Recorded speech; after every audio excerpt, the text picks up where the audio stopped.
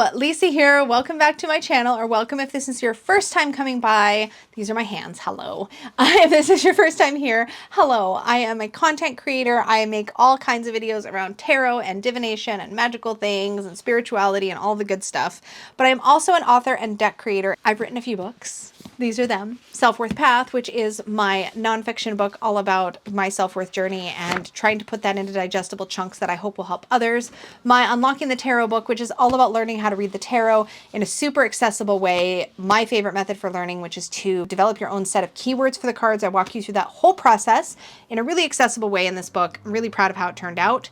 That came out last year. You can get either of these on Amazon or at your favorite local bookseller. You may have to ask them to bring them in for you. This was self-published, but is easy for stores to bring in, and this is mass market published, traditionally published. So very easy to get in stock. Some local libraries, as well as I believe Libby or one of the audio apps or some audiobook apps has this. You can get it on Audible. I'm not reading it. Somebody else is reading it because y'all don't want to try to hear me talking this fast and reading my book, but still available. I also wrote a children's book called Mystic's Magical Journey, and this is a book based on the major arcana journey of my central character Mystic from the Unicorn's Journey Tarot, which was my first ever tarot deck I created. I'm actually currently hard at work on the Unicorn's Journey Oracle, which I hope to bring to Kickstarter here in a couple of months, so keep your eyes peeled for that.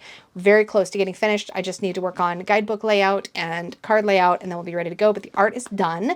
I'll be sharing more about that. I have teased out some cards on my newsletter. There's a link to that in the description box if you want to stay up to date on these sorts of things. But also my wife and I collaborated and created a tarot deck together, technically two versions of that tarot deck. The classic and not safe for work version of the Sassy Dragons Tarot. This has been all over social media, and it's making me so happy because it's now shipping and has been getting into the hands of our Kickstarter backers. These will be coming to my Etsy shop at supportivetarot.etsy.com very soon, but it's a tarot deck with the meanings right on the cards. They're super, super sassy. My wife, Peggy, it's her personality in a deck, basically. Super sassy, super playful, very blunt. Both of them are. But this not safe for work version has all of the F-bombs and swearing and like naughty references. And then this one is clean language, but still very blunt and still very punchy with the wisdom. Easy to use right out of the box. You don't need a guidebook. There isn't one. You just read what's on the cards, and great for beginners, great for people who don't want to try to memorize all the tarot meanings. Anyway, this is coming to my Etsy shop soon, so keep your eyes peeled. Today, though, we are doing a monthly deck review. So this is a video I've started doing monthly where I tell you what I've been working with over the past month. So in this case, we're going to be talking about all the decks I worked with throughout March, how they read for me, how I used them, how they worked out, like if they were successful or not. I get a lot of opportunities to work with decks. There's going to be even more to report here in the future because I am now starting to do a monthly video with my Badass Unicorn tier on my channel membership where I test drive a deck, which is where me and my members will sort of put a deck through all of its paces. We'll try to put it into readings. We'll try to play with pairings. We'll try to see where it fits into practice. We'll sort of like figure out what we can do with it and where it fits and how it reads and all that kind of stuff. So I'll have that to report on in future videos, but that starts in April. So watch for that in my May monthly deck review. I can tell you how a deck worked out. But I also work with decks in my personal practice day to day. I do my monthly member reading where I usually use about 5 different decks there. So I usually have several things to report from that. And I just generally like to play with my cards. So I like to come back and kind of tell you how they worked out. And that's what this video is about. So if you've seen me talk about decks that have come in, like in a haul or a recent deck roundup kind of thing, this is my way to check back in on decks I've actually been using and let you know, like, hey, now that I've actually worked with it for a bit, what do I think? So to start with, let me just jump in with one of my top faves. I did talk about this in last month's monthly deck review as well as doing an entire walkthrough, but this is the Craft Felt Tarot by Gianna Lucci, and this is such a fun and incredible deck. As I said, I talked about it last month, but I did pull it into my member readings this month. I talked about this last month because I used it in my Magical Unicorn and Up monthly member readings in my channel membership, but so I talked about it for February for that reason. But in March, I used this in my personal practice, and it worked just as beautifully in my personal practice as it had worked in member readings. This is one of those decks that there's something about it, some quality. I think it's the fact that it looks like I can pet it and it would be fuzzy.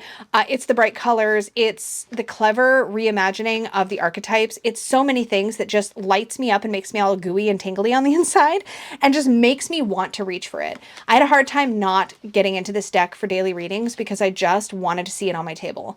And that is always a sign of a really good deck to me. It doesn't have to make sense to anybody else. But if it's a deck that I'm excited to reach for, and it's not always that often that there's a deck that I'm excited to reach for, both for myself and for other people. Like in the case of member readings, like I wanted to reach for this for everything. And that is such a sign of what for me is just a winner all the way around. I love the glossy cardstock. I love the bright colors. The cardstock is an exceptional quality.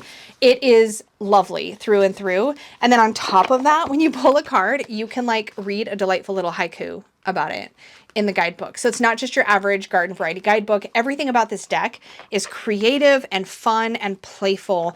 And some of you might be looking for a deck that has a little bit of that inner child kind of vibe, but without being like too cutesy. And this might slot into that space quite nicely for some of you, where it's fun, it's bright, it's playful, but it doesn't feel young, at least not to me. But I mean, my threshold for that's going to be different than other people. Anyway, this is such a AAA deck. It's one of my favorites of the year. And I know it's only like a few months in, but still one of my favorites of the year. And I just can't recommend it highly enough. So happy with this. Had such a great time. So also in my personal practice, I spent a lot of time in March with the Squid Cake Marseille. Now, this is the deck that we had been studying in the Unicorn Fam channel membership in February and March. So we concluded our study in March. I had so much fun with this. Number one, I really did some unique things with our deck study, and I really spent a lot of time. You may not know this, but for the deck studies, I pre-study the deck. So I'll pull it out and start working with it usually a couple weeks before our study begins, and I'll literally do my own mini study so that I can kind of put together a study plan for all of us and create the prompts and like whatnot. So I end up actually working with our study deck for usually about 2.5 months by the time all is said and done. So I've spent a lot of time in the Squid Cake Marseille. It remains my #1 recommendation for a beginner Marseille deck for anybody, not only because the cards are great, it's affordable, it's mass market. I mean, the cover price on this, it's got to be on here, right? Yeah, US is $19.95, UK is $14.99. What is that, pound sterling? I think it's pound sterling. It's super cute. It's got pink edges. The cardstock is not like the best thing ever in life. Like mine is pretty, like mine's kind of bowed. It's got a little bit of the twisty bow, like, but it doesn't bug me in this deck because I love this deck. It's great, #1. The guidebook is absolutely incredible. My beef about the guidebook is that the keywords, which are so good on the facing page here, are in light text throughout a lot of it, like a light pink text, which is kind of fun, but it's very difficult to read. So one of the things that I did, and I was inspired by one of our members here in the channel membership, is I wrote, and by Danny Mystic, not just by the members, also by Danny Mystic, who did this first, as far as I know. She took all the keywords, or some of the keywords, and wrote them on her cards. And one of my members in the membership also did this during our deck study. So I ended up following suit. I typically will use a micro liner, pigment, microfine, Micron. It's called Micron. It's a Micron pen. It has permanent ink, or pigment-based ink, I think it is, and a fine point. And so typically it writes well on matte cardstock. Sometimes on shiny cardstock too. You just have to go slow. But what I did is I took the keywords from this part here, and I wrote them on the sides of all my cards. And then in the major arcana, let's see if I can find any. Oh, they might be separated because I was doing a thing earlier. Yeah, here we go. The major arcana also had like a major like action word, and I put that on the bottom. So like for the devil, it was controls. For the fool, it was walks. For the world, it was arrives, etc. Having the keywords on the side of the card wasn't something I initially was going to do, but because the keywords in the guidebook are so good and so Marseille specific in my view, writing those on there was great because the guidebook is so hard to read where the keywords part is. And that really ended up being super, super convenient for me. But one of the things we did in the study was we really spent a lot of time like working with the pips. So we started with the pips, and that really sort of, I think, demystified them in the beginning of the study and helped us get comfortable with them. And by pips, by the way, I mean the cards that don't have picture, like don't have like scenes. So like this is a pip card. This is a pip card. But We also did things like we laid out the cards in numerical order and like looked for patterns in what was happening with the botanicals, or like how were the numbers shifting. We looked at things like how odd numbers feel in wands and swords versus in cups and pentacles, or evens. How do they feel in these different sets of suits? We looked at directionality. We looked at how cards work in grouping. We practiced open reading. There was all kinds of cool things we did with this study. It's probably one of my favorite deck studies we've done to date. And it was worth the time and effort put into planning it because I think that it really panned out. I spent a lot of time working with this deck, and it's really expanded my comfort with the Marseille Tarot as a system, because one of the things that this deck does very, very good in the guidebook, and if you spend time with it, you'll start to like just find your brain automatically doing more of this, is it does a really great job of taking cards like this, like the Four of Swords, and explaining how the visuals on the card underlie the Marseille meaning, at least according to this author. And I'm not going to pretend that this is like the end all be all correct way to read Marseille, but it is a way, and it's a way that really worked for me. And I feel like spending so much time with this deck has really unlocked things that I've never noticed about the visuals. For example, I never really thought about or imagined the 10 of Pentacles in the Marseille Tarot as a bed. Let me show you. But that's described in the guidebook. Yeah, here we go. Like it's described as a bed, right? With that being the pillow. Like it's kind of like an interesting visual. But it talks about like the stability that this 10 of Cups represents in an emotional landscape, and like how that plays out, right? There's also this element of the stability often comes from sort of somebody taking a lead role and sort of like managing. And that was really interesting too. There's this idea of status and overseeing that I never really would have thought about with the 10 of Cups. There's things like in this 6 of coins, it almost looks like an oval table with everybody sitting around it, and how that talks about having success because of this kind of combined collaborative energy. We have 3s or collaboration, obviously, and teamwork, but then the 6, we have double of that. There was so many like cool ahas that came out of this. I did so many readings for myself. I learned how to do a reading called the French Cross and shared that with the membership. That was really a fun reading. It uses majors only for one portion. I kind of hybridized actually to multiple sources, but the one we did hybridized where you do a cross with a French cross with the majors only, and then you do like an extra few cards that are minors only. Got some really cool readings out of that. I just had a blast with this deck. This was such a fun study. I love it. Next 2 months, the membership and I are going to be when you watch this, we'll be already studying the Fairies Oracle by Brian Froud, and so stoked about that one too. But this was great to work with, and I can't remember if I used this in member readings. I don't think I did, or maybe I did the first month. I can't recall, but I had so much fun working with this myself. Okay, in member readings, I also did work with the Everybody's Tarot and Oracle. These were kind of surprising. First of all, the Everybody's Tarot ended up reading really well for me. It's super fun. It reminds me of decks like the Mons Tarot. I do wonder long term, like, I mean, it's so stinking cute. It's really easy to look at and read. This would actually be a really, really great deck. And I have the full size. This actually also comes in a mini, which I do also have. But I feel like the full size would be such a great deck for anybody with limited vision, or, where, you don't want to have to try to like look at too many details, but you want to get the punchline of the card, because I think it's very effective, and it is created in a way to make it so perfect in a little mini deck. So the mini is highly readable. I like the card stock and the physical feel of this standard edition, but it read so great in member readings. I had no complaints. It was really fun to work with. It's stripped back, so it really gets you right to the heart of it. But like, look at the 3 of Cups with the popcorn. There's a lot of little fun tidbits like that you'll find as you go through this deck. There'll be like maybe just something a little extra, like our magician having 4 little tentacles or whatever. Just little fun things, facial expressions, and just there's things that bring this totally to life. Super cute, really fun to play with. I do wonder if it fills kind of the same space for me as the Mons Tarot, which, as y'all know, the Mons Tarot and I are such good buddies. But this was so much fun to work with. The Everybody's Oracle was a little hit or miss for me. It did end up working out pretty well, I will admit. But I remember being a little bit disappointed because there were cards that had keywords. So like ritual, community, learning. The path, I'll take it as a keyword. Faith, escape, love. But then we have things like bridge. Okay, bridge can still work as a keyword. And then owl. Okay, well, I can make it work. And I did. I actually had very little trouble making it work. But I was a little disappointed that some of the cards, not very many of them, were like just naming what was on it, like bonsai. without having a keyword. So spirit, waiting, observing, thinking, these are keywords, but then houseplant. Again, I got this in one of my member readings and it was so clear. It's like it's about tending and nurturing, and it worked fine. And I know for a lot of you this isn't an issue at all, but for me it sometimes is, like Chihuahua. I just think about Bruno. He's only half Chihuahua, but still.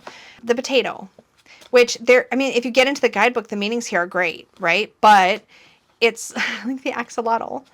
And then you have choices, beauty, safety, the dinosaur. Like, again, I can make it work, but I want keywords. Curiosity, no, mountains, turtle, hope, beginnings, success, the bear tree, the blanket. And like, I'm sure these are super meaningful for the creator, the constellation, but it's that extra layer of stretching in my brain that I don't always want. Simplicity is a keyword. When I'm reading, like spoons is great. That works because I know spoon theory and I understand what that is, but like, and unicorn works because I know unicorn super well. Creativity and acceptance. So there's actually not that many. What? 1, 2, 3, 4, 5, 6, 7, 8, 9, 10, 11, 12, 13, 15, 16, 17 out of, I don't think it says how many cards on here. I don't remember, but the pile difference, it's actually about, what, a quarter? A third? Probably about a quarter. It's probably about a quarter of the deck is titles rather than keywords. That was annoying to me. It was, I'm not going to lie. But in practice, when I actually was like getting cards that were titled or whatever in a reading, it worked fine. And I typically read with this alongside the Everybody's Tarot, and it worked out just fine. So I think if I had it to do again, the funny thing is this is what actually tipped me to buy the deck. And this one too. But I think if I had it to do it again, I don't know that it would have sprung for the Oracle just because of that. But then again, it's also a perfect pair, and there's a part of me that's like, that's just really satisfying. So these were fun. They didn't like knock my socks off like the Craft Felt Tarot, but they were a lot of fun to play with. I also, in member readings, pulled in the Little Monsters Tarot, which was really fun. This one is, I can't really shuffle it. Like, I want to be able to shuffle it, but like, I can't really shuffle it. So I end up sort of like hand over handing it awkwardly. And then I usually just fan to select a card, which works fine. It works fine. But there is something kind of missing. And I love the ovals. The ovals is one of the reasons I got it. But it isn't as practical as you would think. So it's not, it's special. I like the ovals. I think they really make the deck stand out. I think they actually make the whole deck read differently. I don't know how else to describe that, but you do feel like you're sort of looking into portals or windows or maybe peeking into another world. It's really kind of special that way. And as far as like reading the cards, I find them very easy to read. I feel like these creatures are very emotive. I think that even though there's no color, what pops out at me from the card is significant. I feel like I see what I need to see in it without much trouble. And the guidebook is so special in this, with this deck. And I love that it comes in this more compact hardback version. There's even a ribbon bookmark that I noticed when I was doing my member readings, or maybe when I was getting ready to do them. I can't remember.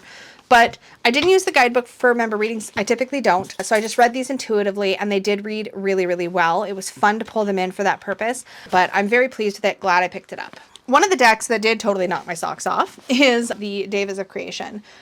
If you missed it, I talked about this deck in an episode of Glitter and Gators with Danny, where we were talking about whether or not decks should stay or go. So we each brought a handful of decks, 5 or so, that we just couldn't figure out what to do with. And this was one of mine. And one of the first questions Danny asked me when I pulled it out in our live stream was, are you using the guidebook? And I said, well, yeah. And she's like, well, there's your problem. Because I was having trouble like getting this deck. And the moment, she was right. And people in chat were talking about that too. I don't know who said what first, so apologies if I've miscredited. Like, I just know that a couple of people pointed it out and said, like, this is a deck to read intuitively. And sure enough, I started playing with it during the live stream intuitively, and it was perfection. It was just love at first sight.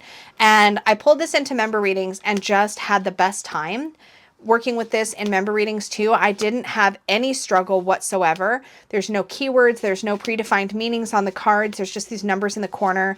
And it was the best time. I loved this so, so much. And I feel like every time I pick it up, I see something different in the cards. There's a few where I'm pretty sure I know what I'm looking at when it comes up. Like, that's clearly a crystal cluster to me.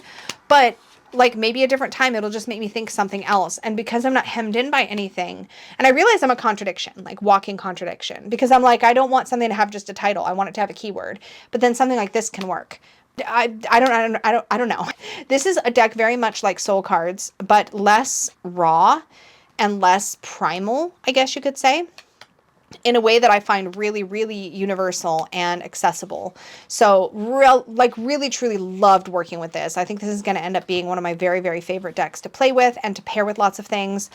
Love it. I just love everything about it. So this was so fun to work with during member readings, and reading it intuitively like that was such a joy. So very glad I gave that a try. If you've been struggling with a deck like this, especially one that just maybe it's, I don't know, a deck with more abstract art or something that you're just struggling with, consider trying it intuitively and just letting the card imagery speak to you and pull it and see if that changes or shifts anything for you, because it can be really amazing when that happens. I also pulled in the Cosmic Cycles Tarot into my member readings. This was so much fun to read with, and it just read really well.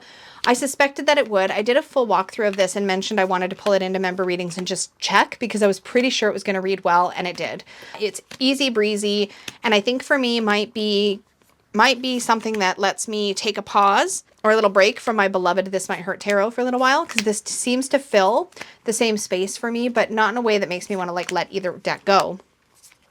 But lots of story, lots of personality, lots of intermingling of people and relationships in this deck that just make it really effective for reading for interpersonal situations, especially, which so many of us are dealing with all the time. And we go to tarot with those things. I think that this deck is something that I'm trying to like think of how I want to express myself. I'm so glad that I finally picked it up. I put it off for a very, very long time. I'm glad I picked it up. I think it's been really, really fun to read with. It's been really effective. I haven't had to work super hard at it.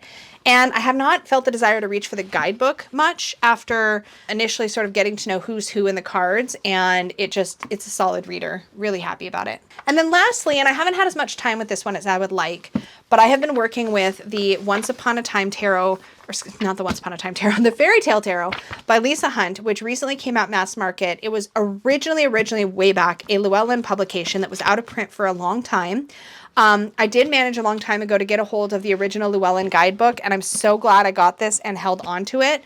The guidebook that comes in the US Games version of the deck is a much more concise book, as you can tell. Obviously it has to be to fit in with the cards. In that way, it makes it really useful. And once I get to know the stories, this will be the better way for me to go day to day when working with the deck. This is more convenient, and I'm more likely to use this guidebook. However, when working with the cards for myself, I've been pulling no more than 3 cards, and I've been reading the full story, unless it's a story I'm already super familiar with.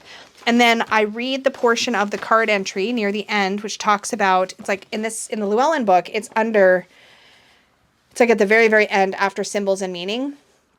There's this kind of little message that sort of summarizes what the card is about. And in the US Games book, that's what it focuses on, is the symbols and meaning, and then that little divination message, which I think is the heart of what you need if you're going to work with it day to day. That being said, in the US Games Guidebook, we do get the original title of the story and what culture it's from, which I think is perfect, because then you can Google it, you can look it up on your phone real quick. Do I think that you need to go track down an out-of-print copy of the original guidebook? No, I don't. And somebody did say that you could still, I don't know if this is still true, but you could still get the Fool's Dog Tarot app for the Fairy Tale Tarot, and that does contain the full guidebook, or at least it was available and it used to. I don't know if that's still the case. Somebody said it was. So maybe check that out if you're interested in the full text of the guidebook. But you can literally look up the title of any of these stories, the Danish fairy tale, The Nightingale, and look it up. And you'll be able to get the idea of what the story is, and then it will tie in to whatever Lisa Hunt has written in the actual guidebook here. You don't need this, but for me it's been nice and convenient to have it and to be able to just easily and quickly read the story. So I worked with this in my personal practice for the last few days of the month, and I plan to take it with me and continue working with it a little while longer. So hopefully I'll have a little bit more to report for my April like monthly deck reviews, but overall it was a really, really positive experience, and I'm having a great time. So there's another deck that I work with all the time that I don't always think to mention. I can't remember if I mentioned it in previous monthly deck reviews, so let me just cover it real quick here. And that is the Tarot of Her. So I pull this deck out every Sunday, and what I do is when I am doing my Sunday spiritual practice, I pull this out to sort of connect me with that divine feminine sort of earth experiencing energy. And this is so perfect for that because this is a deck focused on the divine feminine. To me, this is like, I guess what was that round deck that was popular for ages, like from like the 60s or 70s? At least it is in my mind. Mother piece. This makes me think of the mother piece, but it's artistically, it's nothing like it. It definitely is doing its own thing. But I never could get on with the mother piece. It wasn't quite my jam. But I love a round deck to represent Mother Earth. I love the way that the suits are done. I love, the writing in the guidebook is so wonderful. And I love, love, love. So I will pull a card from this and I will take a picture of that card and then I'll put a sticker showing that card into my faith journal on Sundays. And I do a little bit of writing about the card. And it's just been a really lovely part of my practice to sort of anchor me into that divine feminine energy. I have done a full walkthrough of this deck. I've gushed about it. I absolutely adore it. I believe they're currently already working on another edition, I believe. So stay tuned for that. My only complaint about this deck is that I don't like the font in the guidebook. It's a really lightweight font. I don't know if you can tell. It's a very lightweight font. It's a pretty font, but because it's such a light, fine font, it's a little difficult for me to read. It's not a size issue. It's definitely a font issue. And that's my only gripe, is that sometimes I kind of am struggling a little bit to read the text. And I think the text isn't too small. I think it's just the font choice. That would be my only critique. In general, though, I am in this book all the time. I love how every card has this little bit. Like, so here's the 8 of stems. Stems are cups. And you have cut the cords and move on. And then there's a reflection question. Is it time to emotionally depart? And I love working with this phrase. I'll always write this phrase into my faith journal and contemplate that as part of my Sunday practice. And it's just been so powerful. But I absolutely love this deck. It's never far from me. Like, it sits near me on my reading table. It is never put away. And I adore it. So I may mention it every month in my monthly deck reviews for as long as I'm using it. But I may not, since I don't want it to get too repetitive. But trust, this is a mainstay in my practice. And then I have been talking about my bedtime practice, which I feel like it's pretty much just kind of staying the same right now. So I don't have a lot of new to report, other than I have recently been working with the Christ Consciousness Self-Mastery Oracle by Amanda Ellis. I picked this up from the Red Feather booth at StarCon. Love the backings, by the way. But this is just really beautiful. I like to pull a single card from this, and it pulls in a really, again, in line with my personal sort of hermeneutics and sort of take on all of this. This does align really nicely with that for me. And I really like the guidebook entries. They're thoughtful. This pulls in Jesus' teachings in a way that feels accessible to me and not heavy-handed, and certainly non-dogmatic, very open, definitely a little bit more in the sort of I guess New Agey style, but it doesn't feel too woo, if for lack of a better way to express it, for this energy for me. The guidebook entries are pretty meaty. And you get a pretty decent sized full page. The text is a bit small here too. That's unfortunate because I do tend to read this by my bed at night. So I'll pull a card. I've been pulling a card from this on occasion. I always pull a card from the Seasons of the Witch deck. I'm currently still working with the Ostara Oracle, and that works beautifully. I like to tap into that seasonal energy that way. I've been pulling a card from the Mother Mary Pocket Edition Oracle. I love this. This is so great. This has hit me so on point with what's been going on in my day lately. And it's just been really meaningful. But I love having the message right on the back. I wish we had something like that for this Christ Consciousness one. I think that'd be really cool. But we don't. This is really lovely. It's always a very comforting message, exactly the kind of thing energetically that you would expect in a Mother Mary message. And then I also will always pull a card from my Unicorn Tarot. And as I've talked about before on the channel, this deck represents where did God, the universe, the divine show up for me that day? Where was it present with me that day? Where was that energy most alive in me that day? That sort of thing. So it's kind of for me, this shows me that, and it's really powerful, and I've really been enjoying it. So again, this stuff really isn't changing much, so I may not mention it every single month in my monthly deck reviews, but I wanted to just briefly mention it in case I hadn't mentioned all of those things before. And I think that's basically everything that I worked with in March. I mean, there's been a lot, because there's just been a lot going on, as there usually is. As you can tell, cards is a huge part of my practice. So it's showing up in all kinds of ways all of the time. But I had the best time with everything. No real huge disappointments. If anything, everybody's decks were really good. They didn't knock my socks off, but they were really good.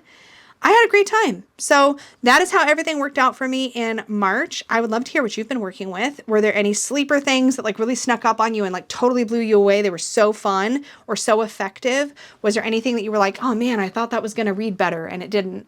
I'd love to hear, because I'm always curious about your practice as well.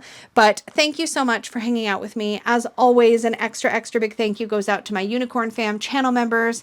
Thank you so much for your support of the channel. If you didn't catch it, we've recently overhauled the channel membership a bit. So added more goodies into the supportive unicorn tier, which is my lowest, most accessible tier, and changed out what we're doing in the highest tier, the badass unicorn tier. And we're still doing monthly member readings in the magical unicorn tier. So we've got lots of goodies going on. If you want to read more about that, go to my posts tab here on the channel. It used to be called community tab. Go to my posts tab and scroll through. You'll see an update where I broke down what was happening in all the tiers. Or if you don't want to hunt for that, because I do use that posts tab a lot. If you don't want to scroll through all of that, you can also click on the join button on my channel and a little list will come up that will break down what is in every tier and you can learn more about it there. Thank you so much for hanging out with me. Don't forget to like, share the video if it's interesting to somebody you know. Subscribe. Only about 30% of you who watch this channel are subscribed. I'm just saying. Like, it's so easy. Just push a button. No pressure, for real. It's fine. You're allowed to not subscribe. It's okay. But anyways, thank you so much for hanging out. And until next time, may your magic always shine from the inside out. Bye.